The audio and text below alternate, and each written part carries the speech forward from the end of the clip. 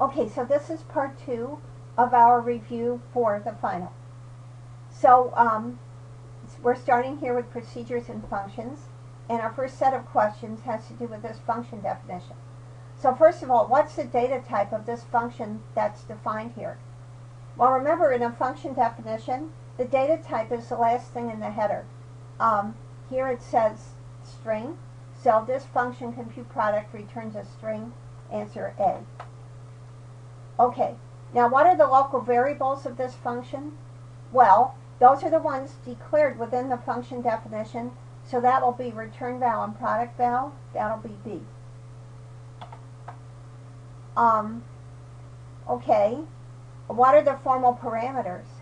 Well, those are the ones mentioned in the function header, so pnum1 and pnum2, and that will be answer A. What are the arguments of the function call? Compute product 3, 5. Well, it's 3 and 5. It's what shows up in the parentheses in the actual function call. So that's answer D. And notice what we're doing here is one thing we're looking at is vocabulary relating to function definitions, but another one is distinguishing between the definition and the call. So, okay, what value is pnum2 set to when this function call starts? Well, remember, in the function call, the arguments are hooked up to the formal parameters by position. So pnum2 is the second formal parameter. It gets hooked up to the second argument, which is 5. So, oh dear, I seem to have lost some of my choices here. The answer is 5. I'm going to have to fix this question. But the right answer there is 5. Okay, and what value does this function call return? Well, let's see. We have this function call. It's 3 and 5. It just multiplies 3 and 5, then returns it as a string, but it's still a 15, so that'll be C. Okay, next group of questions is true and false. Let's see, that goes on the next page. So, a function call returns a value? Yes, it does. That's true. A procedure call returns a value? No, because a procedure stands by itself as a statement, whereas a function call is an expression. And a procedure call makes a program do something, but it doesn't return a value. A function call may have formal parameters. That's false. It has arguments. The formal parameters are in the definition. So a function call may have arguments. That's true. A function call may have local variable declarations. No, that's in the definition. The call doesn't have those. So that's false. A procedure definition may have local variable declarations. That's true. Procedure definition may start with sub. Yes, it can. True. A procedure call may start with sub. No, that's the definition. So this one's false. And a function definition may start with sub. That's false. A function definition is going to have function and instead of sub in its header. Okay. So here's another function definition. Now what we want to do is figure out what this guy does. So, first of all, we're going to do a call with arguments 2 and 1. So 2 and 1, and so we'll have 4 times 2 is 8, and 1 is 9. The answer is 9, and that is D. Okay, next we're going to have x equal 2 and y equal 1, and then do the call with 2 and 1.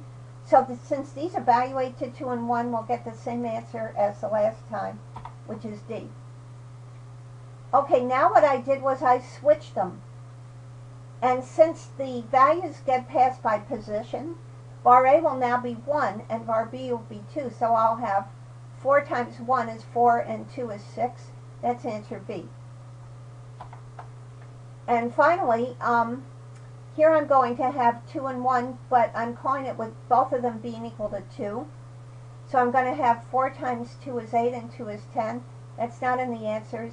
So the correct choice here is E. That can happen. None of the above is a real choice. Okay, now here's another function definition. This one's a little more complicated. It has an if, and then it has another step in it. So let's just take a look here. First of all, I call it with explicit numerical parameters, arguments 2 and 1.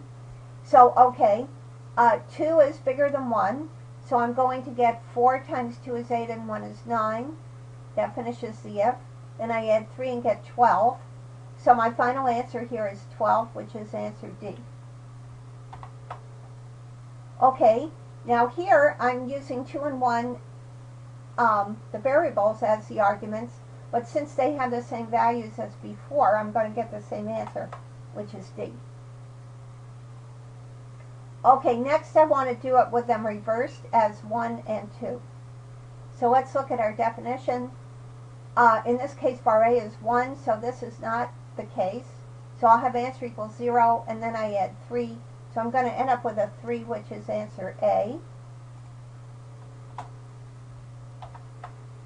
Okay, here I'm going to call with 2 and 2. So, okay, 2 is bigger than 1.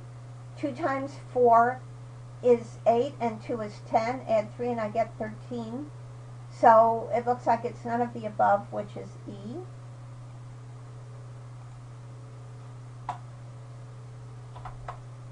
Wow. And finally, I'm going to call it with both arguments equal to 1. And in that case, bar A is not bigger than 1. So this part will give me 0.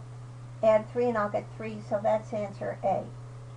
So the point of a question like this is just to make sure that you can follow through the code and figure out what it does. So you'll have questions like this on the exam. Okay, now here's the code for another set of questions. And by the way, you'll see that the code has a name that indicates which button you use, which button is associated with the code in the application we gave you. So there is an application posted with all this code in it, so you can run it if you like. Alright, now this one has an if statement and then some more stuff, and it also is calling another function called compute answer.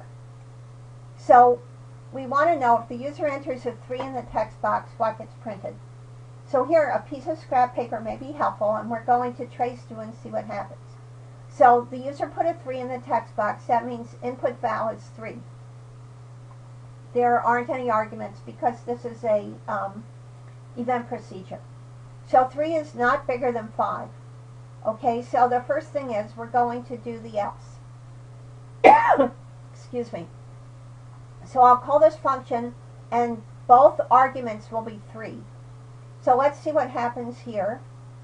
I'm going to have 3 plus 3 plus 3, that's 9. I'll return 9. And then in the next line, I'll add 5. So 9 and 5 is 14. That finishes the if. Then I'll add 1 to that to get 15. So my final answer is going to be 15, which is D.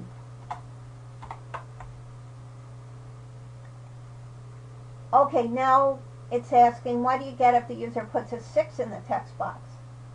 So let's come up here and look at that. So 6 becomes our input val. 6 is bigger than 5. So we're going to do this line. So okay, we're going to call compute answer with arguments 6 and 5.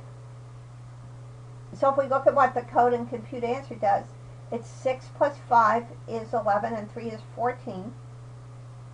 So I will return 14.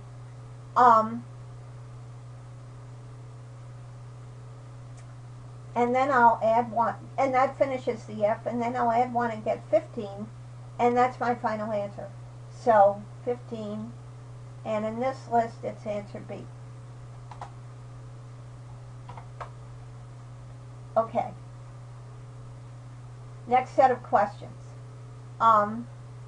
If the user puts 4 in the text box, how many items are printed? So, okay, what we're doing here is that this one is testing you on a loop, and it's a for loop. So, we're going to say the limit is 4. So how many items are printed? Well, where J is going to be 1, 2, 3, and 4. 4 items. So that will be answer E. If the user puts 0 in the text box, how many items are printed? Well, in that case, the limit will be 0. So 1 is actually bigger than 0, so nothing will be printed. So the right answer here is A. Okay, what if the user puts a 1 in the text box? Well, then J is going to go from 1 to 1. So that means 1 item, which is answer B. If I change the code for the for loop to start at 0 instead of 1, and the user puts 3 in the text box, how many items are printed? Well, okay, if we're starting at 0 and we're going to 3, it's 0, 1, 2, and 3. J will take on 4 different values. So the answer here is E. Now, if I change the code and started at 2, so instead of 1 to limit, it goes 2 to limit, and I put a 3 in the text box, how many items get printed? Well, in that case, we're going from 2 to 3. J will take on the values 2 and 3. So that's 2 items. That's answer C.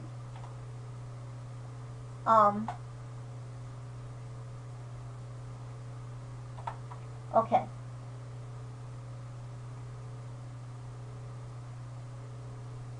Now, if the user puts a 5 in the text box, what gets printed in the list box? Well, okay, let's think about that. The limit is 5. J equals 1 to 5. Now, you might want to make a little chart here.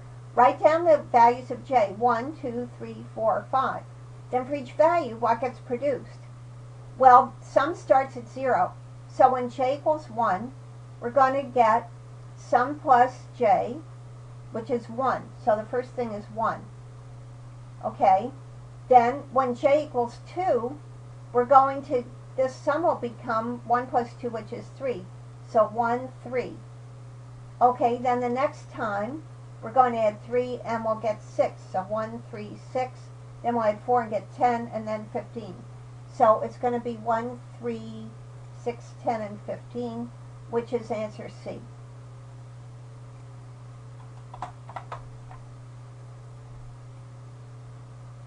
If the user puts 1 in the list box, what gets printed? Well, remember, for 1, we're only doing 1 time through the loop because J goes from 1 to 1.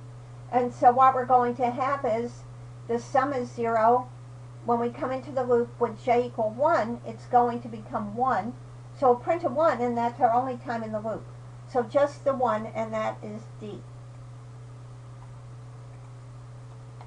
And with 0, remember, we're not even going to run the loop because with J going from 1 to 0, it's already done before it even starts because the limit is smaller than the initial value.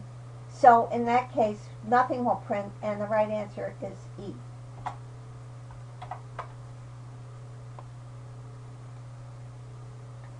Okay, I don't have time left in this video to do the next question, so I'm going to stop here and we'll pick up again in the next video.